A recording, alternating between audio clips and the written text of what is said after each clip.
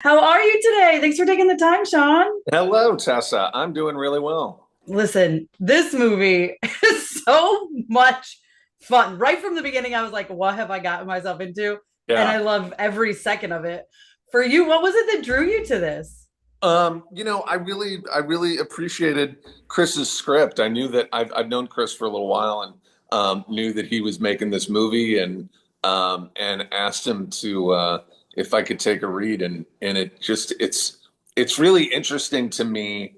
It's obviously very topical. I mean, the whole idea of what could happen with deepfake technology and other sorts of AI generated technology. It does what a great horror movie is supposed to do, right? It borrows from real life, and it's terrifying. Yeah. And I really felt that when I read it. I'm like, a horror movie can be like a great pop song where you really need a great hook, and this is the deep fake gone awry is to me a great hook, and so I was all in. I mean, absolutely. It really feels, I'm like, this could happen. Yeah, yeah, Someone could get mad and you make a know, video and yeah. And I love that. I love that the kind of main villain isn't really he's not some like total psychopathic maniac. He's just an asshole. And it's like, and to me, that is one of the most interesting things about the movie. yeah, absolutely. Yeah, because so many horror movies they have, like a Michael Myers or like a Yeah, Freddy Krueger, and this guy's just a dick. yeah, Like he's yeah. it makes it so fun. But like, what do you think? I don't want to say that you hope people take away from, but like, what do you hope people realize, I guess, about like AI and deep fakes by watching this? Well, I think there's a good and a bad to it. I mean, just the idea that the idea that we feel like we can't trust our own eyes anymore is really scary. It's a Mhm. scary thing to go into the world. It's a scary way to watch the news, Yeah. to feel like, wait, is this real or not? And so I think that just people understanding that we need more safeguards. We need more ways to have have outlets that we trust, that we can't just see something on the internet and believe that it's true. That Yeah. we need safeguards for honesty and reality.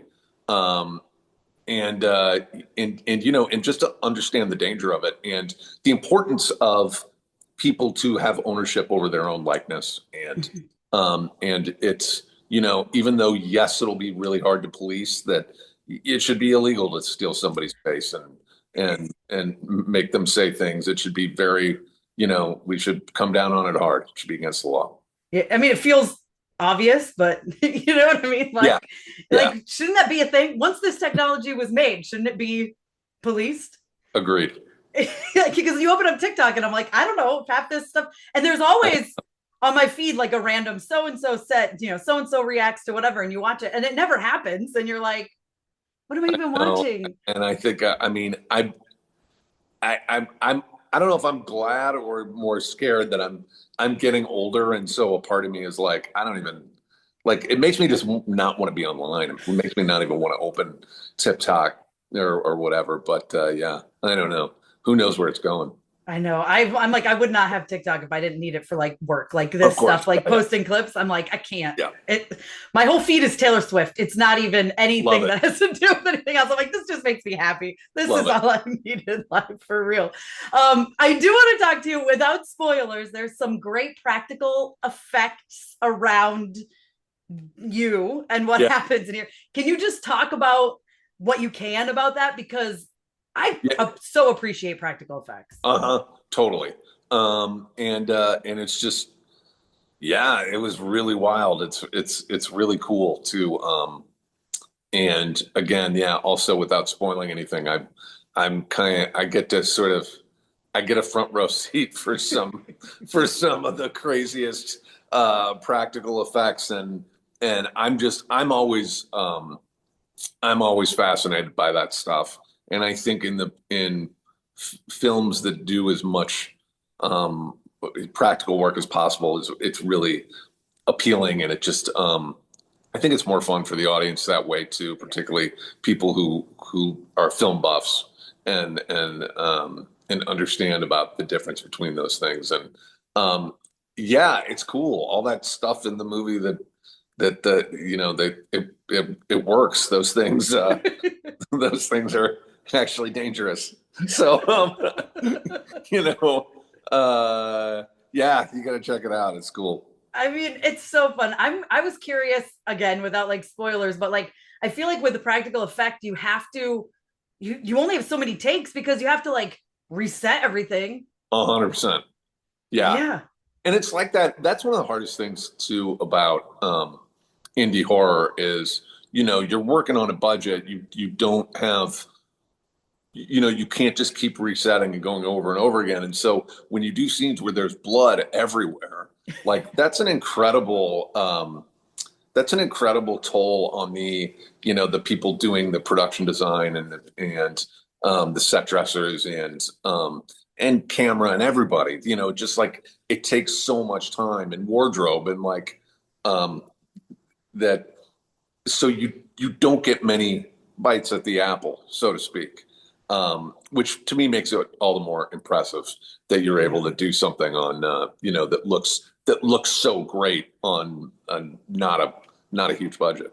Yeah, no, it looks amazing. That scene in particular, you know exactly what I'm talking about, is wild. I was watching it like it's just getting crazier and crazier Yeah. and crazier. I was watching like this, like, oh no, I think I Yeah. know what's about to happen, you know. Yeah, totally. It's so fun. But your character is so fun too. Like, as someone who loves and appreciates like cosplay, how Uh-huh. fun was it to get to tackle a guy who like really knows his stuff and is very proud of his work, I will say. Yeah. I think you know, I think that Chris Mards knew, you know, I've done well over 100 conventions now in my career. I go out on the circuit and I meet fans all over the country, all over the world, really. And so he knew that I knew a little something about that world and that lifestyle and the whole idea of cosplayers getting super into what they make. I and like I know people like that. I know people who make realistic costumes and things like that. Now, I will say I don't know that you could make something quite so dangerous to bring into. So if anybody sees the movie and they're worried that they're worried that there could be a safety issue at the you know, at the friendly neighborhood Comic-Con, it's probably, don't worry, there are some safeguards in place from security to not bring in some of the more dangerous weaponry that we see in the movie, but we're going to suspend that disbelief for the sake of a good time. I did like, it was like, you're not getting on a plane with this, like, or Yeah, whatever right. you said. It was something like that. Yeah. Yeah, exactly. Yeah. I was like, that's great. Like, and that's like, I love that that stuff comes into play later. And I thought this movie was so much fun, an absolute blast. And I just want to ask you, like, how fun was it to be a part of this? Because your character is so fun. Yeah, it was a blast, and I loved working with the actors that I got to work with were so good, and Aaron's great. I had never met him, and he does such a great job in the movie. And yeah, you know, it's nice to I one thing I really take a lot of pride in my career is I try to go up and down the scale in terms of budget for things. I'll do movies that are hundreds of millions of dollars, and I'll do things that aren't, you know, and it to me it's all about the ethos of you're just trying to tell a great story, and you can do that with with nothing at all if you have to. And so once you read something that's like, oh, this is a great story worth telling, like let's dive in there. And so I was proud to be a part of it. Yeah, I mean, it's so much fun. I was like, this is the perfect Fantastic Fest movie. Absolutely. Yeah, Like, cool. and I'm like, I can't wait for audiences to see it there and like talk to people while I'm there and be like, what did you think? Like, Uh, eh, yeah, it was me a too. blast. I wish I could be at Fantastic Fest. I'm gonna I'll be able to be at Film Quest. So Oh, that's fun. yeah, that's cool. But I'll I'll be sending positive vibes to Fantastic Fest. I just can't wait to talk to people like as they leave the theater and be like, what did you think? Because I'm like, feel like Cool. I'm sitting with it for longer, you know, which I'm sure you feel like you've been sitting with Yeah. it for even Oh my God. longer. Yeah. Yeah. Totally. Awesome. Well, thank you so much for your time, Sean. I do want to Thank real you. quick tell you that Peacemaker, you had me dying Oh, in that scene. I was like, this is perfect. that scene was so fun to shoot, and first of all, I love Nathan and Isabella, so I like being able to do more work with them is great. But also just Cena's just he's incredible, and he's such a good guy, and you know, it was one of the most fun days I've had on set in some time. So that was really cool. It was so We'll be funny. I seeing was more of like, Maxwell Lord. yes, I can't wait. I can't Yeah. wait.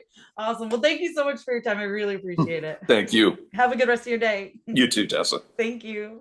Thank you, Tessa.